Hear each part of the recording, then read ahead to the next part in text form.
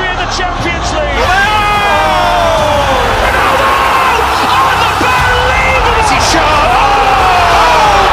Oh, you beauty! Who is the best player in the world?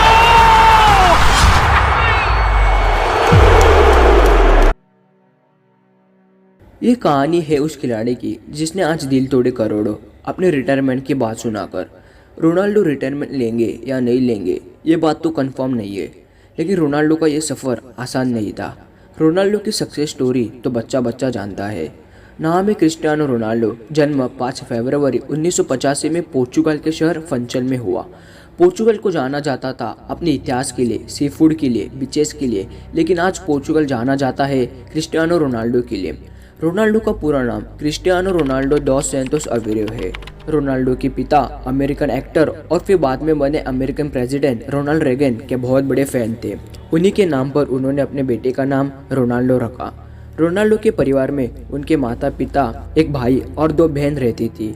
Ronaldo अपने परिवार के साथ 3 वाले छत के नीचे रहा करते थे और अपने पिता से अक्सर कहा करते थे कि हम एक दिन बड़ा घर खरीदेंगे, लेकिन उनके पिता उन्हें कहते थे सपने सपने ही होते हैं, क्योंकि उनके पिता माली का काम करते थे। वो पार्क में पेड़ों की कटाई चटाई और उन्हें हरा भरा रखने का काम किया करते थे। बचपन से ही रोनाल्डो ने फुटबॉल खेलना शुरू कर दिया था। उन्हें फुटबॉल से बहुत ही ज़्यादा लगाव था। रोनाल्डो के इस खेल को देख मात्र 8 साल की उम्र में ही फुटबॉल एंडोरिना क्लब में उन्हें चुन लिया गया। रोनाल्डो क्लासरूम में कम लेकिन फुटबॉल ग्राउंड पर बहुत कुछ सीख जाते।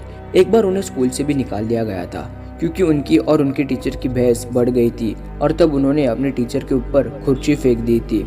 और तब उनकी माँ उनको समझाती है कि बेटा ये गुस्सा कर, लेकिन अपने खेल पर कर। क्रिस्टियानो जब भी बचपन में फुटबॉल खेला करते या फिर हार जाते या फिर मैदान में अच्छा स्कोर नहीं कर पाते, तब वो मैदान के बीच में ही रोना शुरू कर देते थे। तब उनकी माँ मारिया उन्हें क्राई बेबी करके बुलाती थी। 10 साल की उम्र में ही रोनाल्डो को शहर के सबसे बड़े फुटबॉल क्लब नेशनल में शामिल कर लिया गया। वहाँ रोनाल्डो 2 साल तक के लिए खेले और फिर 12 साल की उम्र में वो पोर्चुगल के सबसे बड़े फुटबॉल क्लब में ट्रायल लेने गए। वहाँ बड़े अधिकारियों ने साफ कहा, जो भी ज़्यादा गोल करेगा उसे हम एडमिशन दे देंगे। रोनाल्डो की टीम ये मैच 3-0 से जीत गई, जहाँ पहला गोल रोनाल्डो ने मारा और दूसरा गोल उन्हीं के दोस्त एल्बर्ट ने मारा। वो तीसरा गोल था जिसने सभी का दिल जीत लिया। दरअसल तीसरे गोल के वक्त एल्बर्ट बॉल को अकेले ही गोलकीपर के पास ले गए थे। बस बॉल को हल्का सा पुश करना था, लेकिन उन्होंने गोल नहीं किया और बॉल रोनाल्डो को पास किया और रोनाल्डो ने ये गोल मारा। जब रोनाल्डो ने अपने दोस्त से पूछा कि तुमने ऐसा क्यों किया, तब एल्बर्ट बताते हैं कि रोनाल्डो ये उससे बेहतर प्लेयर है। रोनाल्डो को स्पोर्टिंग लिस्बन के बड़े अधिकारियों ने उन्हें 1500 पाउंड में साइन कर लिया गया। ये क्लब पोर्चुगल के राजधानी लिस्बन में था और इस वजह से उन्हें अपने पूरे परिवार को छोड़कर लिस्बन जाना पड़ा।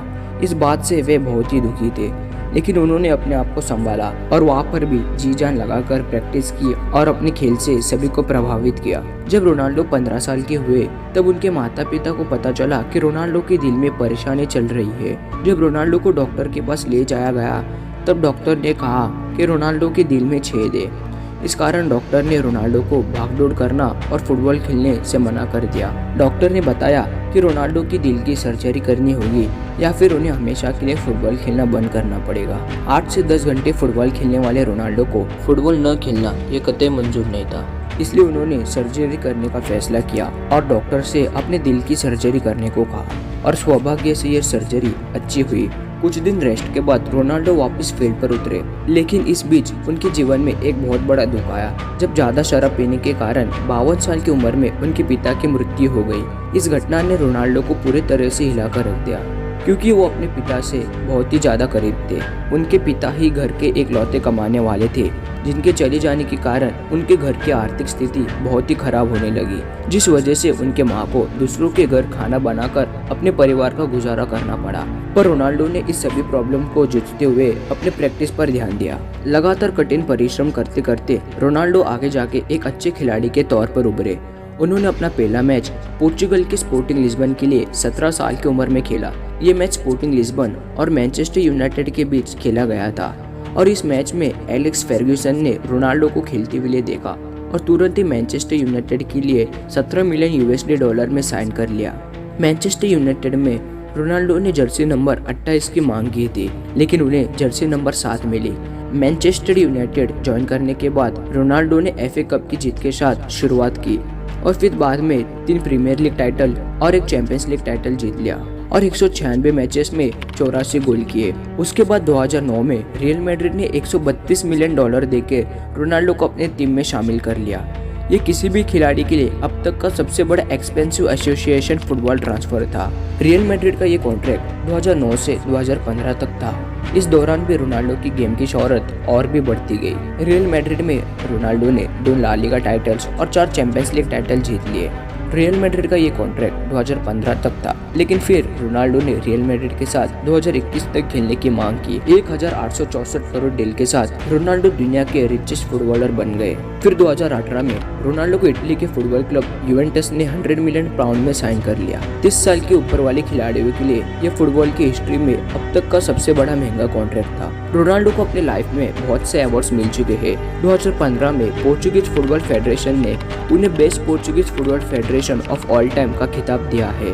2016 और 2017 में रोनाल्डो हाईएस्ट पेड एथलीट थे। वो time magazines 100 most influential people in the world की लिस्ट में भी शामिल हो चुके हैं। रोनाल्डो एकमात्र ऐसे खिलाड़ी है जिन्होंने 5 चैंपियंस लीग टाइटल जीते हैं, एक मैनचेस्टर यूनाइटेड के लिए और 4 रियल मैड्रिड के लिए। रोनाल्डो के पास 5 बैलन डी और 4 गोल्डन बूट है। लेकिन इतना पैसा और नाम कमाने के बाद रोनाल्डो ना ही सिर्फ अपना बैंक बैलेंस बढ़ा रहे हैं, बल्कि वो अपनी कमाई सामाजिक कल्याण के लिए भी खर्च करते हैं। क्रिस्टियानो अपने दम पर एक अनाथ आश्रम चलाते हैं, जिसमें 600 से भी ज्यादा बच्चों का खर्च वो खुद उठाते हैं। कहा जाता है कि एक बार केरला में बाढ़ आने के कारण उन्होंने 77 करोड़ की मदद की थी।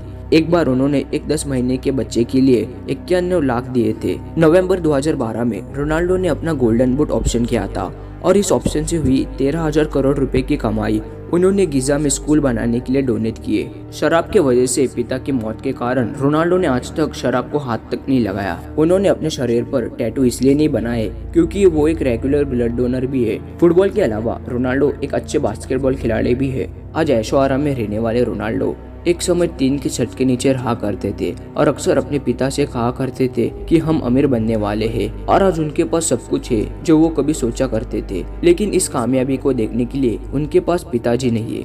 रोनाल्डो जितने बड़े खिलाड़ी है, उनकी उतनी ही मार्केट में ब्रांड वैल्यू है, क्योंकि आज के डेट में CR7 एक नाम नहीं बल्कि खुद में ही एक ब्रांड है। हाल ही का एक किस्सा है जब रोनाल्डो ने प्रेस कॉन्फ्रेंस में कोको कोला की 2 बोतलें हटाई और अपने फैंस को पानी पीने का इशारा किया, और उनके एकमात्र इशारे से कोको कोला को 30,000 करोड़ का नुकसान हो गया।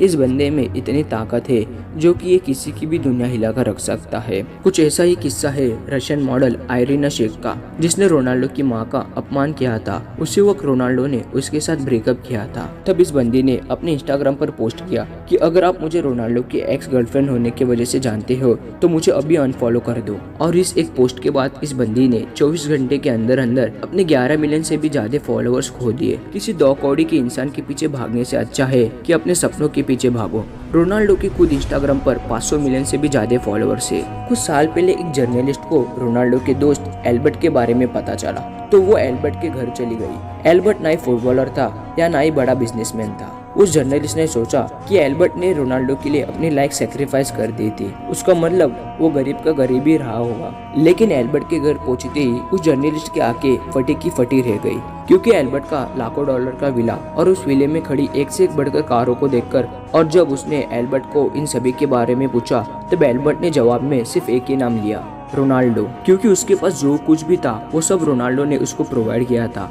जो बंदा अपने दोस्तों की और अपनी जिंदगी बदलने की नियत रखता है उसे पागल नहीं तो और क्या कहेंगे। अगर कोई सक्सेसफुल होना चाहे तो किस हद तक जा सकता है वो इस बंदे को देखकर पता चल जाता है। रोनाल्डो का सबसे बड़ा बेटा मेसी का फैन है और वो बड़े प्राउड के साथ बताते हैं कि मेरा बेटा सबसे बेहतरीन फुटबॉलर का फैन है। ये कमाल का शख्स दुनिया का सबसे महंगा खिलाड़ी होने के साथ दुनिया में रईस लोगों में भी शुमार है। आज रोनाल्डो की कामयाबी उस मुकाम पर पहुंच चुकी है जहाँ पहुंचना हर एक खिलाड़ी का सपना होता है। आप जिस किसी भी फील्ड में हो, कड़ी लगन और मेहनत करके सफलता की शिखर तक पहुंच सकते हो। रोनाल्डो की जिंदगी से हमें यही सीख मिलती है। रोनाल्डो की कहानी ना ही सिर्फ हमें मोटिवेट करती है बल्कि लेजेंड्स को भी अपना दीवाना बनाती है।